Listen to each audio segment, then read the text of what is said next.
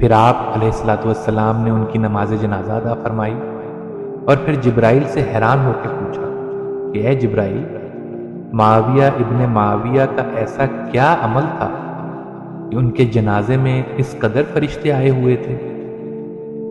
جس پر جبرائیل علیہ الصلوۃ والسلام نے جواب دیا کہ یا رسول اللہ، یہ شخص اٹھتے بیٹھتے چلتے پھرتے قل هو اللہ احد کہا کرتا تھا۔ سبحان اللہ۔ امام ابن یعلا حضرت انس رضی اللہ تعالیٰ عنہ سے روایت کرتے ہیں کہ ایک مرتبہ نبی کریم صلی اللہ علیہ وآلہ وسلم نے کچھ لوگوں کو دشمن کی نقل و حرکت کا جائزہ لینے کے لیے بھیجا۔ ان لوگوں میں ایک شخص کو نماز پڑھانے کی ذمہ داری بھی دی گئی تھی۔ وہ شخص ہر نماز میں سورہ اخلاص پڑھایا کرتا تھا، یہاں تک کہ لوگ سمجھے کہ ان کو کوئی دوسری صورت ہی نہیں آتی۔ جب یہ لوگ واپس آئے تو انہوں نے اللہ کے رسول صلی اللہ علیہ وآلہ وسلم سے اس بات کی شکایت کی کہ یا رسول اللہ صلی اللہ علیہ وآلہ وسلم، ان صاحب نے تو ہر نماز میں ہمیں سورہ اخلاص ہی پڑھائی ہے۔